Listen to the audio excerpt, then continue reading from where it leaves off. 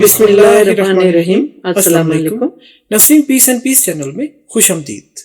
آج کی ویڈیو کا آغاز کرتے ہیں اس دعا کے ساتھ کہ اللہ رب العزت ہم سبھی دیکھنے اور سننے والوں کو زمین و آسمان کی تمام آفات اور جن و انس کے یعنی تمام جنات اور انسانوں کے شر سے محفوظ رکھے، آمین ثم آمین۔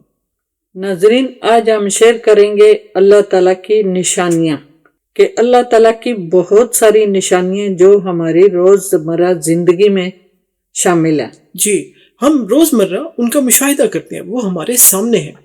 تو اللہ تعالیٰ نے ان نشانیوں کے بارے میں بتا رکھا ہے قرآن پاک میں، اور پھر ان نشانیوں کے بعد اللہ نے کیا کہا ہم سے؟ اس بات کا ذکر سورہ انبیاء کی آیت نمبر 30 سے 35 میں درج ہے۔ جی، اللہ تعالیٰ نے سورہ انبیاء کی آیت نمبر 30 سے 35 میں، ویسے تو قرآن پاک میں کئی جگہ پر موجود ہے اللہ تعالیٰ نے جو اپنی نشانیوں کے بارے میں بتا رکھی ہیں، لیکن آج ہم آپ کے ساتھ شیئر کریں گے سورہ انبیاء کی آیت نمبر 30 سے 35 کا ترجمہ۔ جی، آپ بتائیں آیت نمبر 30 کا ترجمہ۔ جی، آیت نمبر 30 کا ترجمہ سورہ انبیاء۔ اور کیا نہیں دیکھا انہوں نے جنہوں نے کفر کیا، آسمان اور زمین دونوں ملے ہوئے تھے تو ہم نے ان کو جدا کر دیا، اور بنائی ہم نے پانی سے ہر جاندار چیز، تو کیوں نہیں یہ ایمان لاتے؟ اب یہاں پہ اللہ تعالیٰ فرماتا ہے جیسے آسمان اور زمین ایک تھے، جڑے ہوئے، جی، پھر اللہ تعالیٰ نے ان کو الگ کیا، ایسا ہی ہے، اور پانی سے بنائی ہر چیز، جیسے انسان ہے، حیوان ہے جتنے بھی، پھر پودے، پرندے، اللہ تعالیٰ کی جتنی بھی مخلوق ہے پانی سے اللہ میاں نے بنائی، اور یہ اللہ تعالیٰ نے خود بتایا ہے۔ اور اس کے بعد پھر اب یہ اللہ تعالیٰ فرما رہے ہیں کہ وہ لوگ جنہوں نے کفر کیا یا جو ایمان نہیں لاتے، تو ان کے لیے یہ بات ہے کہ وہ یہ چیزیں دیکھتے ہوئے ایمان کیوں نہیں لاتے۔ دیکھیے اللہ تعالیٰ کا خود سوال ہے ان سے کہ کیوں نہیں لاتے، کہ کھلی نشانی ہے۔ اچھا، اس کے بعد پھر اگلی آیت ہے آیت نمبر 31۔ جی، سورہ انبیاء آیت نمبر 31 کا ترجمہ۔ اور بنائے ہم نے زمین میں پہاڑ تاکہ وہ نہ ڈولنے لگے ان کو لے کر، اور بنائے ہم نے اس میں کشادہ راستے تاکہ وہ راہ پر چلے۔ اب یہاں دیکھیے اللہ تعالیٰ نے کتنی اچھی بات بتائی کہ اور بنائے ہم نے زمین میں پہاڑ تاکہ وہ نہ ڈولنے لگے ان کو لے کر، یعنی کیلوں کی جگہ اللہ تعالیٰ نے پہاڑوں کو جی وہ کر دیا جیسے کیلوں کی جگہ۔ جی ناظرین، اب دیکھیے کوئی چیز بیلنس میں نہ ہو تو وہ ڈولنے لگے گی، یا ایک طرف وہ گر جائے گی، یا خراب ہو جائے گی، یا تباہ ہو جائے گی۔ تو اللہ تعالیٰ کتنی حکمت والا ہے کہ اس نے زمین میں ایک بیلنس رکھا ہے۔ اب زمین سائنسی طور پہ ہمیں پتا ہے کہ زمین مدار میں گھومتی ہے، سورج کے گرد گھوم رہی ہے، لیکن یہ اپنے ایکسل، یہ زمین خود بھی گھوم رہی ہے، اپنے گرد بھی گھوم رہی ہے، چکر بھی لگا رہی ہے سورج کے گرد، اور خود بھی مسلسل گھوم رہی ہے۔ اس کے مسلسل خود کے گھومنے سے دن اور رات پیدا ہوتے ہیں، اور سورج کے گرد چکر لگانے سے مختلف قسم کے موسم یعنی گرمی اور سردی کا موسم یہ سورج کے گرد چکر لگانے سے پیدا ہوتا ہے۔ ابھی آپ کو اگلی آیت میں بھی پتا چلے گا کہ اللہ تعالیٰ نے اس کو اس مدار میں رکھنے کے لیے سورج کے گرد، اور خود جو یہ اپنے گرد گھوم رہی ہے اس میں توازن کے لیے اللہ تعالیٰ نے پہاڑ تاکہ وہ بیلنس رہے، تو پہاڑ اللہ تعالیٰ نے رکھ دیے ہیں، کیلوں کی طرح گاڑ دیے ہیں، جیسا کہ آپ نے بتایا، اور بنائے ندی نالے پہاڑوں کے درمیان۔ جی، اب دیکھیے اللہ تعالیٰ کتنا حکمت والا ہے۔ اگر یہ پہاڑی ہوتے تو ان میں چلنا مشکل ہوتا، تو اللہ تعالیٰ نے اس میں کشادہ راستے بنائے، اور جو ندی نالے ہیں وہ ان کے درمیان سے گزرتے ہیں، جو کھیتی باڑی کے لیے حیوان، پانی چرند پرند پانی پیتے ہیں۔ بالکل، تو دیکھیے اللہ تعالیٰ کی حکمت، اور یہی اللہ تعالیٰ بتا رہے ہیں اس سورہ انبیاء کی آیت نمبر 31 میں۔ یہ کوئی نہیں کر سکتا، بالکل، یہ سب چیزیں سوائے اللہ کے۔ جی، انسان کے بس کی بات نہیں ہے یہ، بالکل، کہ یہ چیزیں کر سکے، راستے بنائے پہاڑوں میں سے اور ندی نالے، تو اللہ ہی کا کام ہے۔ بالکل، بے شک، کوئی شک نہیں ہے، وہی معبود ہے، اور وہی سب دنیا اور کائنات کو پیدا کرنے والا ہے۔ دنیا اور آخرت میں وہی ہے، اللہ ہی ہے، بالکل، اللہ ہی ہے۔ بالکل۔ سورہ انبیاء آیت نمبر 32 کا ترجمہ۔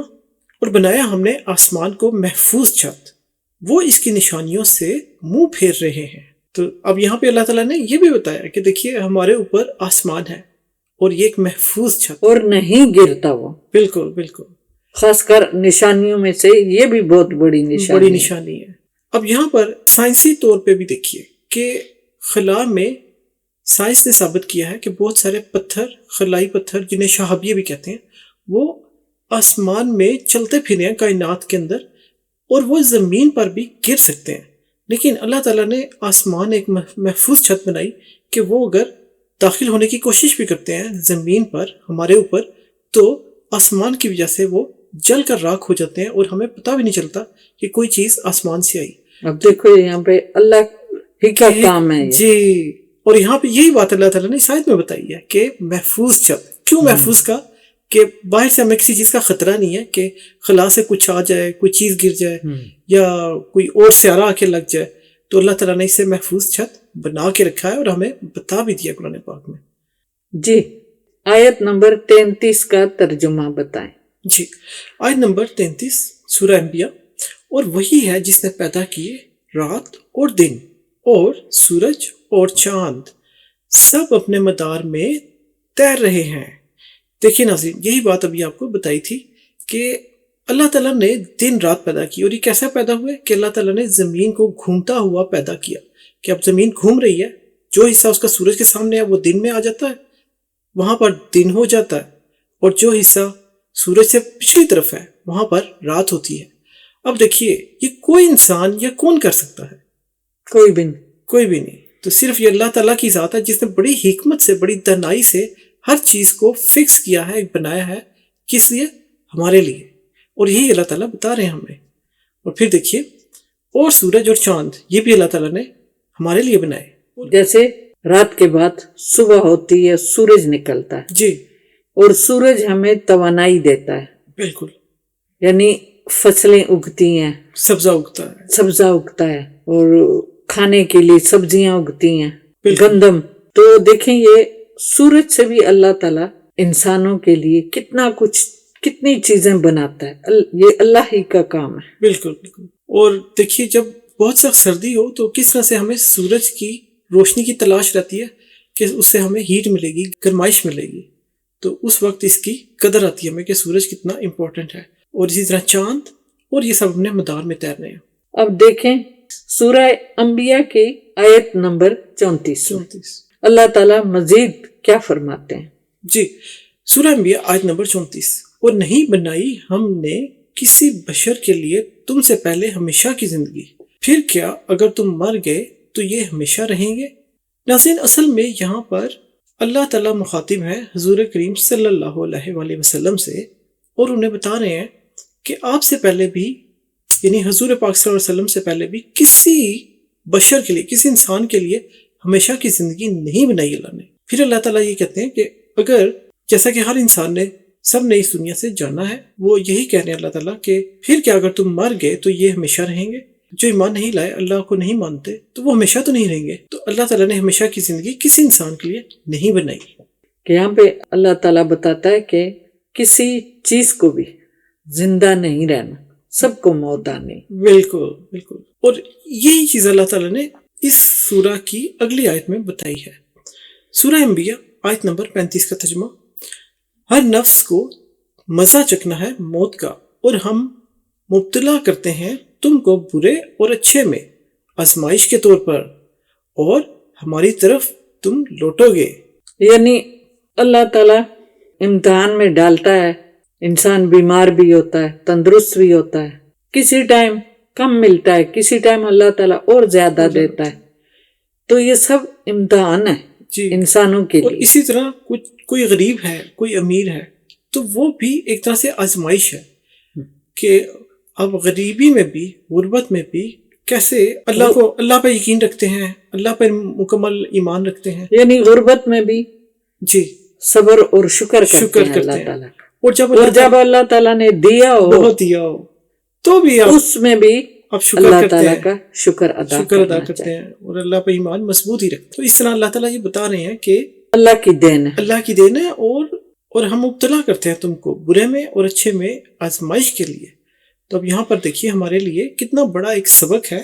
یعنی امیری اور غریبی بھی اللہ تعالیٰ کی طرف سے ہے اور ایک آزمائش ہے. آزمائش ہے. کسی قسم کی آپ پر مصیبت آئے تو اپنے گھبرانا نہیں، بلکہ اللہ تعالیٰ سے مدد مانگنی ہے اور جو اللہ نے نعمتیں دی ہیں ان کا شکر ادا ہی کرتے رہنا ہے. اس کے علاوہ اللہ تعالیٰ نے یہاں پر ایک میسج، ایک پیغام اور دیا ہمارے لیے کہ ہر نفس کو مزہ چکھنا ہے موت کا. یعنی اب دیکھیے موت برحق ہے، اور اسی لیے ہمیں آخرت پر ہمارا ایمان بھی ہے کہ مرنے کے بعد کی زندگی آخرت کی زندگی ہے، اور اس پر ہمارا ایمان ہے. اس میں اللہ تعالیٰ نے یہ بھی بتایا اور ہماری طرف تم لوٹو گے، یعنی اللہ کی طرف ہی ہم نے جانا ہے.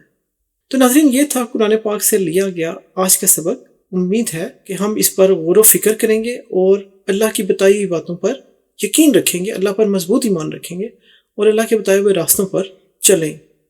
ناظرین، ہماری دعا ہے کہ اللہ تعالیٰ دنیا اور آخرت میں کامیاب کرے ہمیں صبر اور شکر کے ساتھ. بالکل بالکل. سبھی دیکھنے اور سننے والوں کے لیے ہماری یہ دعا ہے کہ اللہ تعالیٰ ہمیں کامیاب کرے دنیا اور آخرت میں. آمین. اس کے ساتھ چاہتے ہیں ناظرین آپ سے اجازت.